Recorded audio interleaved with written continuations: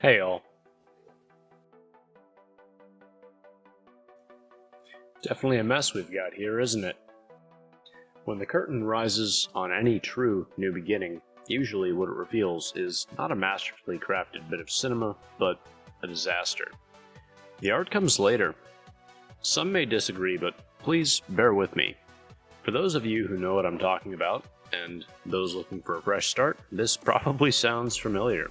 To the rest, I hope one day you get what I mean. At any rate, for me, this is definitely a new beginning. The fact is, pretty much all of us, if we're honest with ourselves, would jump at the chance to get a do-over in life if we could.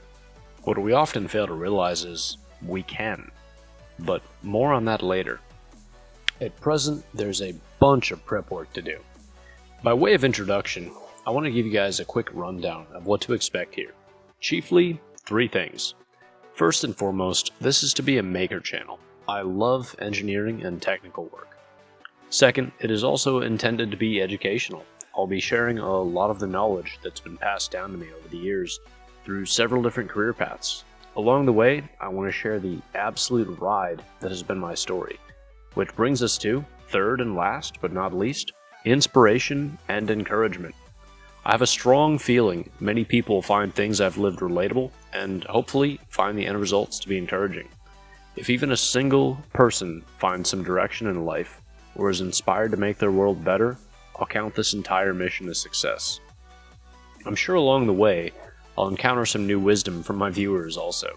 Let us all, always, be open and willing to learn from anyone. No human knows everything.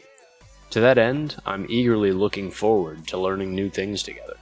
So, back to the mess at hand. Believe it or not, despite how it looks, this isn't even day 1 of cleanup. I've actually been at it for several days now.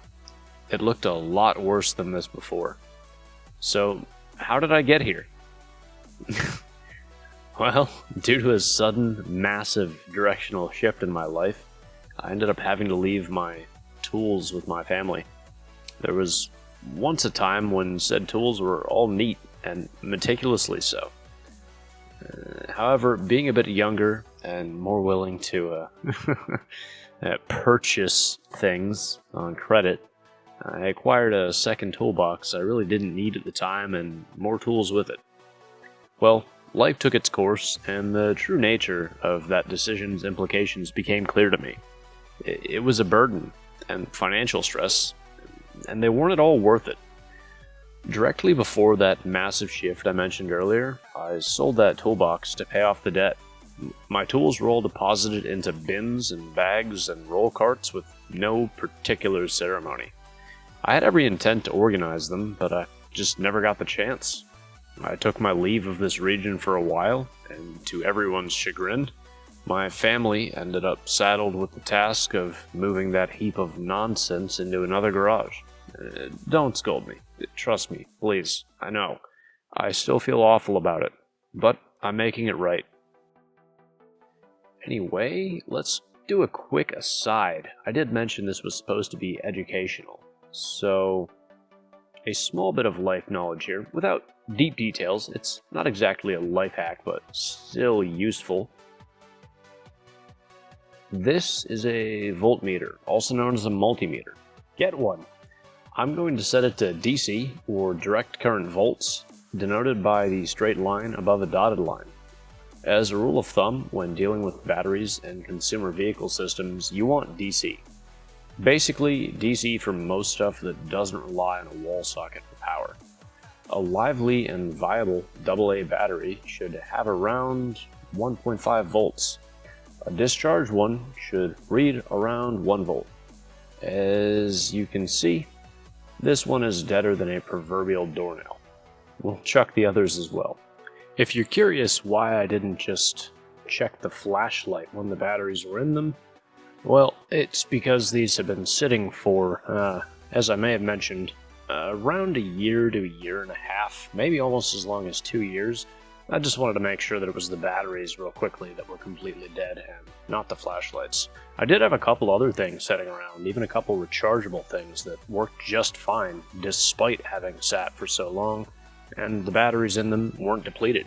In this case, I didn't know if the inside of the flashlights had been damaged at all, so I'm going to assume for now that the flashlights are fine and chuck them back in my drawer.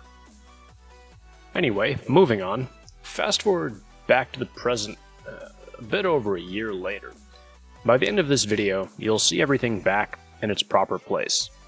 I love order, structure, reason. It's necessary.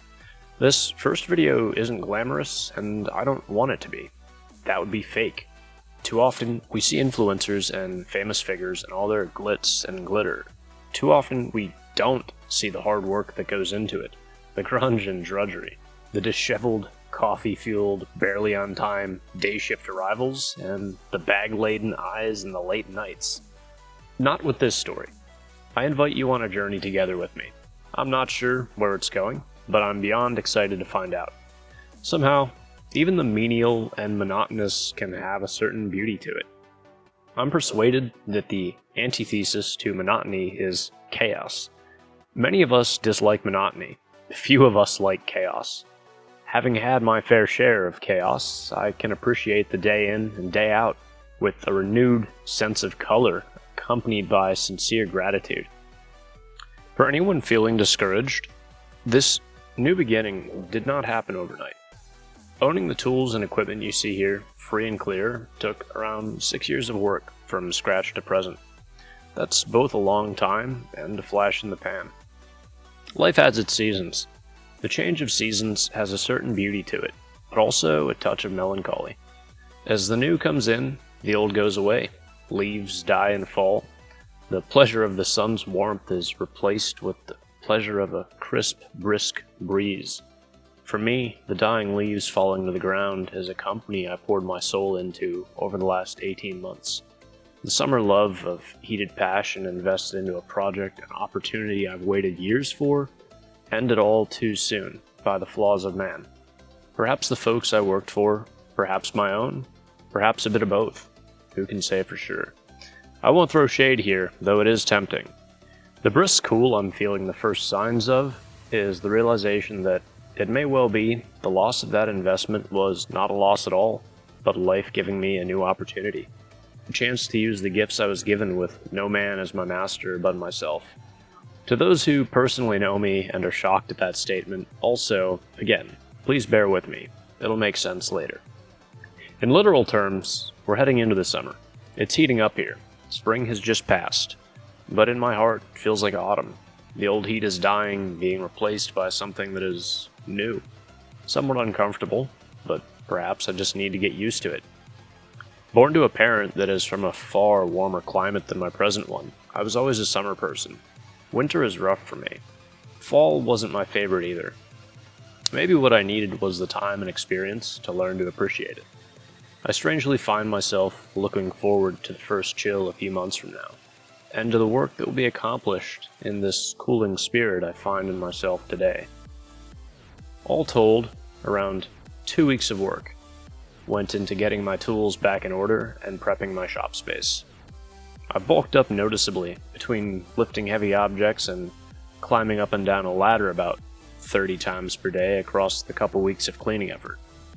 I've sensed the beginnings of my peace coming back to me, seeing things back in their proper places, finding tools I haven't seen in ages, engineering small solutions along the way, some of which, by the way, will be shared via short form. Speaking of engineered solutions, this is a pair of massive ladders that eat a ton of floor space. You may recall them from earlier. Consequently, I've strung them up with some scrap construction timbers and about $60 of hardware. On the end of each ladder, you've got a bracket, and on the other end, you've got a rope tied around the ladder with a pulley attached to it so that you can cinch the ladder up against the ceiling and hold it out of your way. The last ingredient is a rope cleat. You wrap your rope here and tie it off, and you're good to go. Well then, I think we're just about ready to wrap up this pilot episode here. I'm excited and hopeful about things to come. I hope any viewers here presently feel the same.